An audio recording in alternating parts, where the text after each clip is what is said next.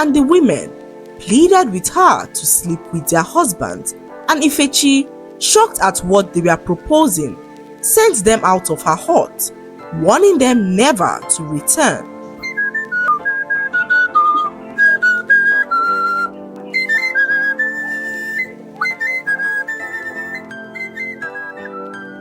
Once upon a time, in a very small village, lived a woman named Nkoli.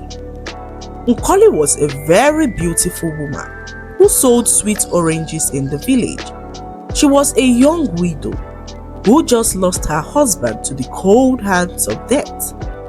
After her husband's burial, Nkoli was expected to mourn her husband for 1 year.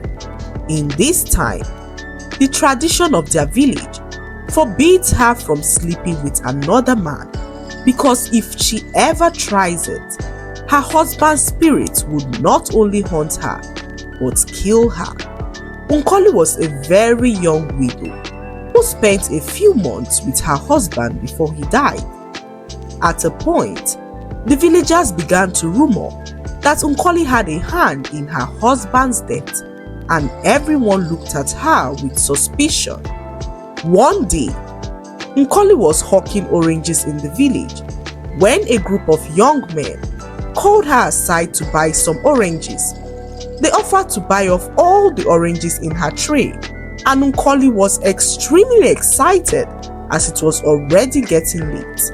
One of the men then told Nkoli to drop all the oranges inside his hut, and immediately Nkoli walked into the hut to drop the oranges. They all pounced on her and forced themselves on her. Nkoli passed out and woke up to find herself laying by the bush path. The entire village surrounded her as she pleaded for help. No one agreed to help her, as they all believed that she was being dealt with by her husband's spirit for sleeping with another man. Nkoli cried out for help as she was in so much pain, but all the villagers looked at her with disgust. Only one young girl walked up to her and offered to take her home. Nkoli was so grateful to the young girl for her help and thanked her for showing compassion when everyone else turned away. The young girl accompanied Nkoli to her hut, and once Nkoli looked stable, the young girl bid her farewell as she returned home to her mother. Nkoli was traumatized as she never expected the villagers to treat her with so much disdain after all that she went through.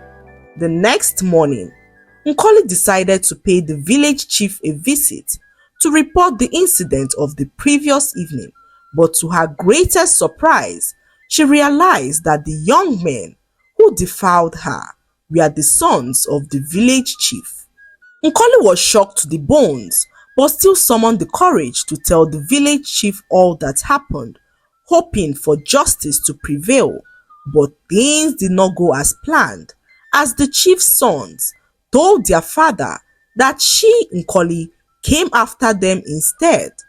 Nkoli was so devastated to hear this, as she tried everything possible to defend herself, but the village chief was adamant as he took sides with his sons.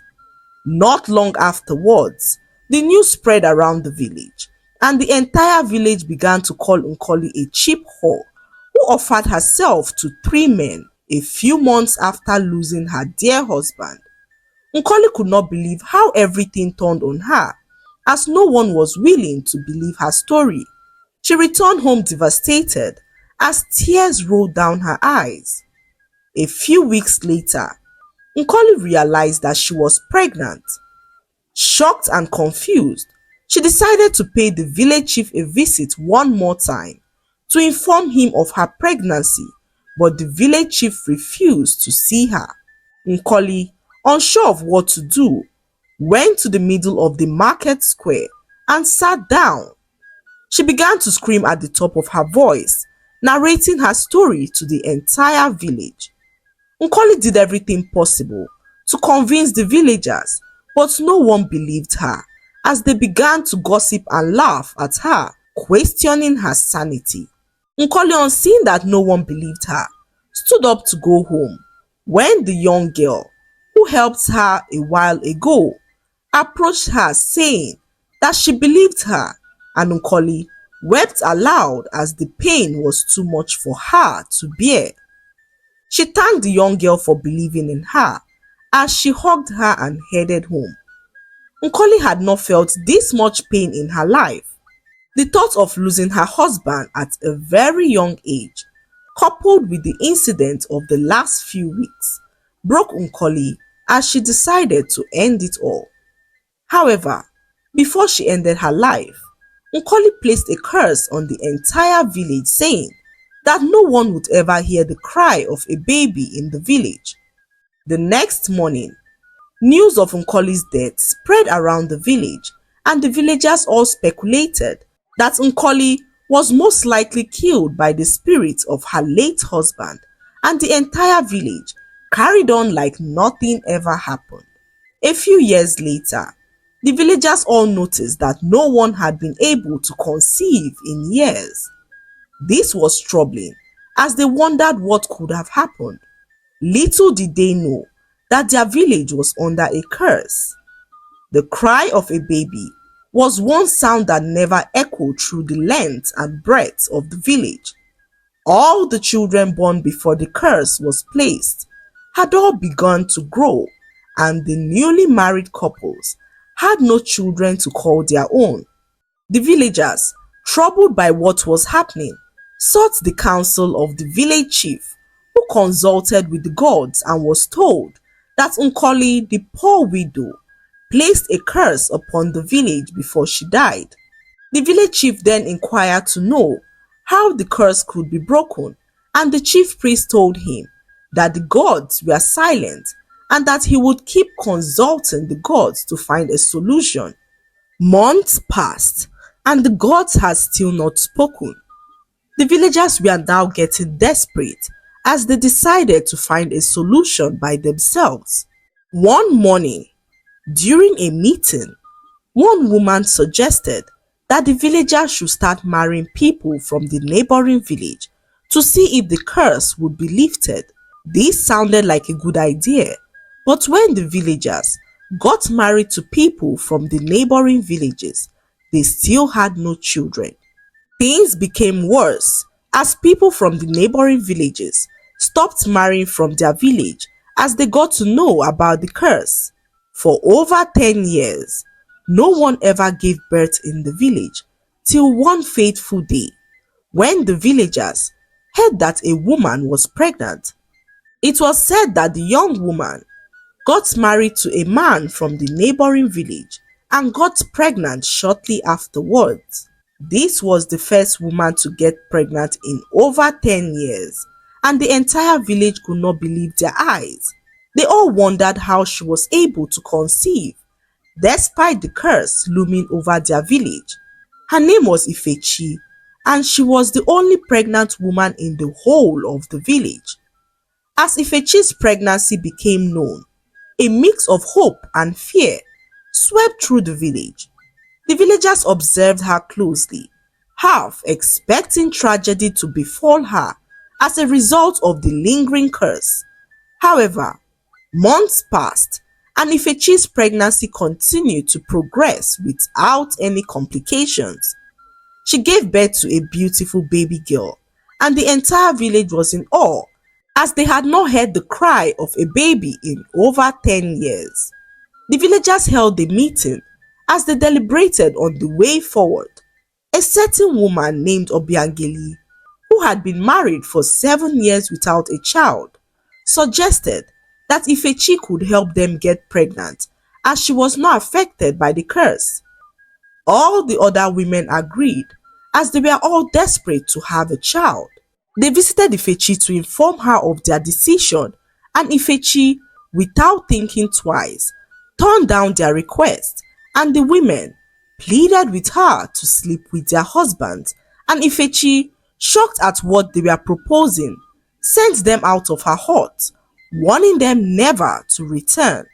Despite Ifechi's refusal, the desperate women persisted as they were fueled by their longing for a child. They began to spread rumors around the village that Ifechi had a hand in what was happening in the village, and the atmosphere in the village became extremely tense for Ifechi, who felt the villagers' resentment and envy for her.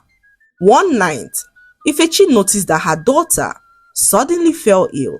Her stomach was protruding, and Ifechi wondered what could be wrong. She rushed her daughter to the healer's hut, but the healer refused to heal her daughter, saying that since Ifechi refused to have children for them, then she has no business seeking for her healing power. The healer sent Ifechi away, not caring that the little baby was on the brink of death. Ifechi was so terrified as she watched her little daughter struggle for her life. The next morning, Ifechi's husband rushed to the village chief to plead for help. He urged the chief to speak to the healer to heal their sickly daughter, but the village chief was adamant to help him. Ifechi and her husband then decided to leave the village to her husband's own village to look for help. On their way out of the village, a small group of women approached them and revealed that they had the cure to their daughter's sickness. They revealed that they were all tired of the evil being carried out in the village by the people and wanted to put an end to it. They told Ifechi how a group of villagers believed that causing harm to Ifechi's daughter could break the supposed curse of infertility. So, one day, a secret meeting was called where discussions were carried out to kill Ifechi's daughter through diabolical means. However, the women revealed to Ifechi that their hearts could not let them do such evil to an innocent baby, so they decided to figure out a way to break the evil spell placed on Ifechi's daughter. They had to journey to the outskirts of the village to meet a very powerful woman who gave them the antidote, which they immediately brought to Ifechi. Ifechi and her husband were so grateful to the women for their kind gesture.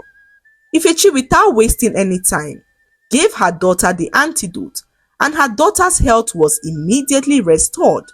Ifechi, on seeing this, burst out in tears as she thanked the women for healing her daughter. The next morning, the villagers were shocked to see that Ifechi's daughter's health had been restored. All efforts to bring harm to the baby proved futile, and they all wondered how that could be. A few weeks later, the villagers noticed that a group of women were now pregnant. Everyone opened their mouths in shock as they wondered how this was possible. Little did they know that Ifechi's baby, who they planned to kill, was the only one who could lift the curse placed upon the villagers. When Unkoli laid the curse on the villagers, she blessed the womb of only one person, the little girl who helped her and believed in her when no one else did. That little girl was Ifechi, who grew up to be the only woman with a baby in the village. Unkoli blessed Ifechi's womb, saying that she would be fruitful and that anyone who shows Ifechi. Even the people in the neighboring villages feared him, as no one dared to come close to Oyi Kingdom to cause any trouble. Princess Omalicha was the envy of all the young women in the village. They all wanted to be like her, and some even named their daughters after her because of their admiration for her. Even the young bachelors in the village wanted to marry the princess, as they were all fascinated by the mystery surrounding the princess. Princess Omalicha never left the palace, except during festivals and important occasions. Whenever the princess was out of the palace, she never spoke to anyone, and this made the villagers wonder if their princess had a problem speaking. Rumors have even made the rounds that the princess was born without a tongue, and since no one knew the real reason why the princess never spoke, they were all fascinated by her and loved her. Little did the villagers know that there was a reason why the princess never spoke in public. Princess Omalicha was a very beautiful princess, and what people did not know was that she was also wicked and heartless. Behind her charming beauty was a princess who was quick to anger, a princess who would not hesitate to punish and beat up her maidens for little mistakes, a heartless and wicked princess whose presence sent shivers down the spines of her maids and guards. a princess who was never kind or apologetic and did no wrong in her own eyes. She was extremely wicked that even the king did not know what to do about it. The princess had been wicked right from when she was a child, and this made her father, the king, prohibit her from speaking in public or associating with the villagers. When she was young, the king sent for seers who told him that the princess was under a curse, and this was the reason behind her wickedness. Many attempts to break the curse failed, and the king decided that the best way to protect his daughter was to keep her away from outsiders. So, whilst the villagers saw a beautiful princess, the maidens and other servants in the palace saw a very bitter and wicked princess. One day, the princess ordered one of her maidens, Chinasa, to summon all the maidens and guards to her waiting chamber. They were all standing in her chamber when she walked in and noticed the absence of one of the maidens, Ngozi. The thought of this made the princess so furious. "How dare I appear before one of my maidens?" said the princess. And Chinasa, filled with so much fear, quickly replied saying, "My princess, Ngozi has been unwell since yesterday. That is why we let her sleep." Before she could finish what she was saying, Princess Omalicha gave her a very hot slap on her cheek and ordered 2 palace guards to drag Ngozi out of the maiden's quarters, not caring if she was sick or dying. Immediately, Ngozi was brought out to the waiting chamber. Princess Omalicha ordered a guard to flog Ngozi 20 strokes of the cane for defying her orders. The guards whipped Ngozi so hard that she passed out and had to be rushed to the palace medicine man for immediate treatment. The princess was so heartless as she rained terror on every maiden and servant in the palace. No one could talk about the princess within and outside the palace grounds, as anyone who dared defy the king's order would be exiled from the village. The king made this order to make sure that the secret of the princess remains within the walls of the palace. Days, months, and even years went by, and the princess grew to be more wicked. The king grew tired of receiving reports of his daughter's wicked acts, so one day, King Ikenga summoned Princess Omalicha to his chamber and told her that time had come for the princess to pick her groom. Princess Omalicha was shocked, as she had never imagined this day would ever come. Her father told her of his plans to send out a message to the young eligible bachelors in the village to declare their interest to marry her. In Oyi Kingdom, when a princess is ready to get married, all eligible bachelors send in gifts to declare their interest. Then the princess will go out on her first outing, escorted by her maidens, where each eligible bachelor will be given a few minutes to convince the princess to marry him. Then the princess will note down her preferred candidates, and they will all be allowed to show off their talents to the princess. It is after this that the princess will choose the one she will spend the rest of her life with. The ceremony was conducted, and Princess Omalicha was swept off her feet by one of her suitors. His name was Ejike, and he was an industrious and handsome man. He was not so wealthy, but he had a very beautiful voice. When he sang for the princess, she felt a joy that she had never felt before, and immediately she made up her mind to marry Ejike. Ejike as well loved the princess so much and hoped she would choose him as her groom. The princess was so excited as she could not wait for the marriage ceremony. She had never been this happy, and everyone in the palace was shocked at how the princess smiled and laughed around the palace. This was an unusual sight, as the princess was always unhappy and angry. Her maidens were relieved, as she barely shouted at them. They were so happy, although not all the maidens shared in this excitement, especially Ngozi. It turned out that the chosen groom was Ngozi's only brother, Ejike. Ngozi remembered all what the princess had done to her, as well as other maidens in the palace, and vowed never to allow her brother Ejike to marry the princess. Since Ngozi was prohibited from discussing anything about the princess with anybody, she was confused on how to stop the marriage ceremony. So one day, the king sent out a message summoning all the villagers to the palace grounds to announce the chosen groom and date of the royal wedding. It was a tradition in Oyi Kingdom for the king to make such announcements to the hearing of everybody. So everyone gathered in front of the king's palace, including Princess Omalicha and Ejike. The king began to address the crowd, and whilst he was speaking, Princess Omalicha caught a glimpse of Ejike and Ngozi smiling at each other, and this made her so furious. She immediately remembered her father's orders prohibiting her from speaking in public, so she tried so hard to restrain herself from reacting. Ngozi noticed that the princess was looking at her, so she kept on smiling at her brother Ejike because she knew that the princess was unaware that Ejike was her brother. This provoked the princess further as she reached out for a glass vase and threw it towards Ngozi. The vase missed Ngozi's face and shattered on the wall, leading to serious commotion in the palace as everyone was watching.